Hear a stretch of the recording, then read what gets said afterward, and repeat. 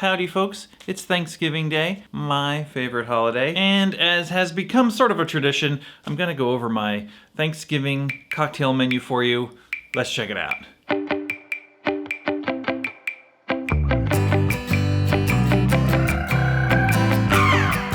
Now, in previous years, I have given the advice that one should limit the cocktail menu to 4 or 5 drinks, something manageable so that you don't have to prep a ton of stuff or have a ton of bottles, just to keep it a little bit more simple. This year, I'm going in a different direction. Here's the thing. From making these videos, I end up with a lot of bottles of usually homemade liqueurs and stuff that I really, really like, but I can't empty the bottle before it's time to make another liqueur and start trying out drinks with that. So I decided to expand the Thanksgiving menu a little bit to try and use up some of these bottles. So I decided to put on some of the more successful drinks in the recent months from the channel, as well as some perennial favorites that sort of have to make their way onto the menu. Trying to keep the menu balanced as well. Ended up with 9 cocktails. Now, that is probably a few too many, but on the plus side, I don't have to make that much stuff because some of the weird ingredients that I'm gonna need are mostly already made. Also, this isn't a real hard drinking crowd at Thanksgiving, so probably only make 2 or 3 of each drink. But hopefully I can make enough to sort of run through some of these bottles. So, without further ado, drink number 1. The first 2 drinks on the menu are drinks that I've put on the menu many times before, but they're sort of favorites of guests that are coming to Thanksgiving, so I need to put them on again. First is the Hotel Dunaway cocktail, one of my most successful cocktails. It appears actually in the first video I ever made, which was about the Thanksgiving menu 3 years ago. It's not a great video, so that's why I'm just showing you the recipe right here. It really only has one special ingredient, which is chamomile syrup. That's easy enough to make. The second drink on the menu is called Full Time Fancy. It appeared on last year's Thanksgiving menu as well. Full Time Fancy is a fancy cocktail where I use fancy mezcal, smoky scotch, chartreuse VEP, a very fancy bottle, and Barolo Canato, which is basically a very fancy kind of vermouth. Number 3 is Chasing the Sun, a delicious tequila drink from just a couple months ago.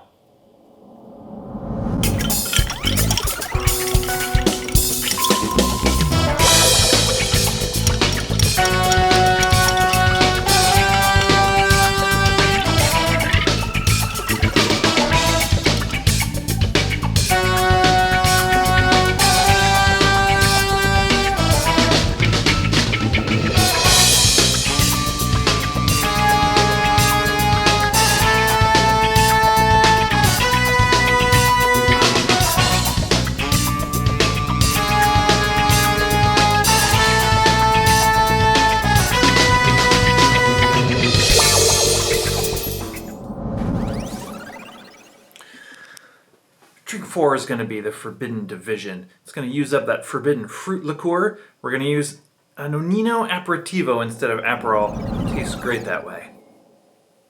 Forbidden fruit liqueur is an old cocktail ingredient that you'll see mentioned in the Savoy Cocktail book, among other books. It's basically a grapefruit liqueur with some herbs and seasoned with honey. Number 5 is For Pete's Sake. This is a pisco drink that will use up some of the hibiscus liqueur I made recently. I also still have a bunch of pisco left over from my 5 pisco taste test.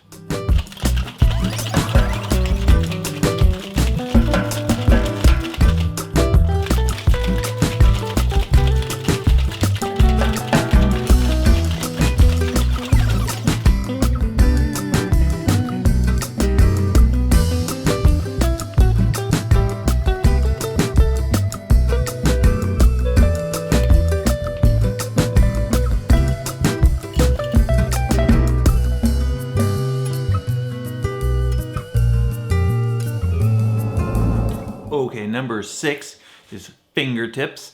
That's on the menu right now at work. They didn't like the name Fingertips, so they're calling it Luck of the Draw, but it'll always be Fingertips to me.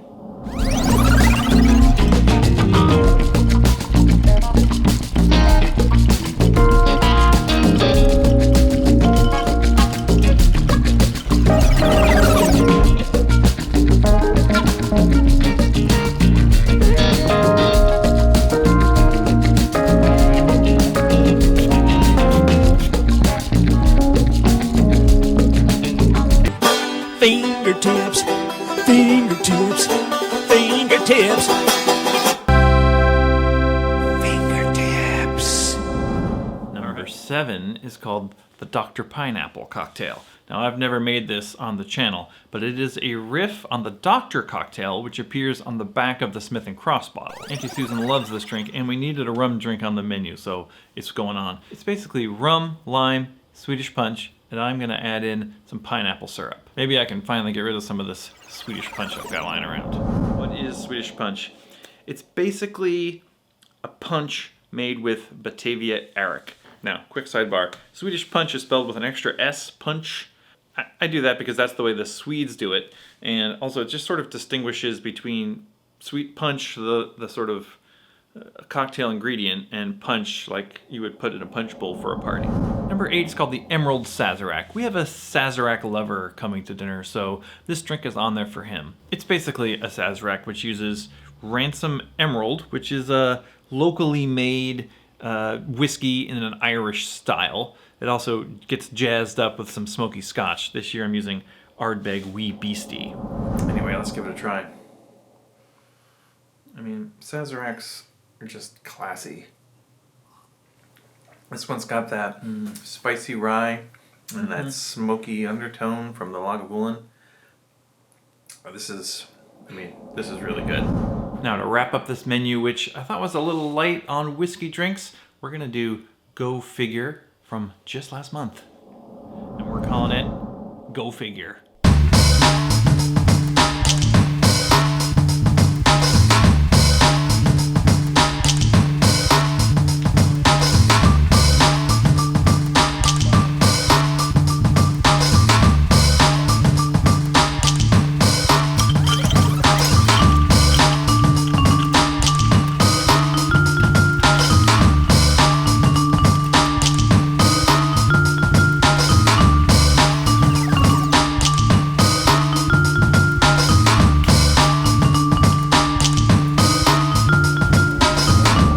That looks delightful. Now listen, I know 9 drinks on the menu is kind of a lot, but you know what?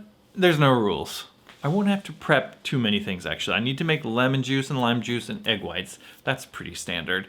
I also have to make tea-infused blanc vermouth and chamomile syrup, which is dead simple. I think I have all the bottles I need. I bought green chartreuse VEP recently. I might have to buy some more vermouth, but that's not a big deal. And I might be able to empty a few bottles of rum as well. So I hope everybody enjoys their Thanksgiving if you're in America. If you're not in America, I hope you enjoy your Thursday. And next time you have a party, make sure you create a menu. It makes things go much easier.